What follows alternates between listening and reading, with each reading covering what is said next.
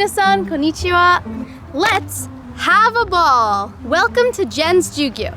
My name is Jen, and today we're going to take a look at 10 idioms all about balls. Our first idiom for today is to have a ball. If you have a ball, it means that you are really enjoying yourself. You are having a great time. You're having lots of fun. At the last party I went to, I had a ball. Idiom number 2 is keep your eye on the ball. Keep your eye on the ball. This means that you need to stay alert and you need to focus on your goal. Don't lose sight of what you are trying to accomplish or you won't be able to succeed.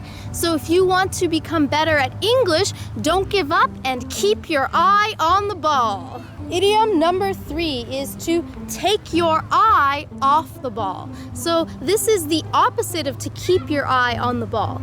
If you take your eye off the ball, it means that you lose sight of what you're trying to accomplish. You forget about your goals and you're not able to focus on what you are trying to do. So don't take your eye off the ball, keep your eye on the ball. Idiom number 4 is to get the ball rolling. Get the ball rolling, okay? This idiom means to start something. So if there's a big project in your office and someone needs to start getting the details and everything ready for that project, they need to get the ball rolling.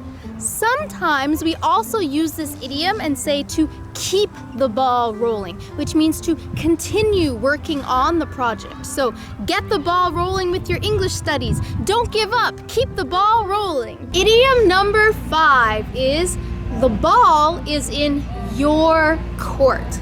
The ball is in your court. If somebody says the ball is in your court, it means that it is up to you to make the next move. You are the person who has to do some kind of action next. The ball is in your court. What are you gonna do? Idiom number 6 is to be on the ball. Be on the ball. If you are on the ball, it means that you are quick to react. You're very responsive, you're aware and alert of your surroundings, and you're able to take action quickly. So, be on the ball. Idiom number 7. Idiom number 7 is to drop the ball. Drop the ball. Drop the ball is the opposite of to be on the ball. If you drop the ball, it means that you were not paying attention or you were not alert enough or aware enough, so you made a mistake. So to drop the ball means to make a mistake, to make an error, and maybe miss an opportunity because of your mistake. So she should have called back sooner, but she didn't. So she really dropped the ball and lost the opportunity to get that new job. She dropped the ball. Idiom number 8 is to throw somebody a curveball. If you throw somebody a curveball, it means that you are doing something that is unexpected and that is surprising that person. They weren't prepared for your actions, right? So everybody thought that our boss was going to reward us for all of our hard work, but instead he gave us even more work to do and really threw us a curveball. Idiom number 9 is similar to the last one, to throw someone a curveball. Number 9 is, it's a whole new ball game. So if you say something is a whole new ball game, it means that it is a completely different and a completely new experience for you. So for many students, once they leave home and move away to university for the first time, trying to take care of themselves is a whole new ball game. Idiom number 10. Our last idiom for today is actually kind of a joke. So this idiom is the old ball and chain. The old ball and chain. This is a joking way to refer to someone's spouse or significant other. Usually, it's said to men about their wives or their girlfriends, right? So maybe two guys are talking and, yeah, so Tony was supposed to come out with us tonight, but his old ball and chain made him stay at home.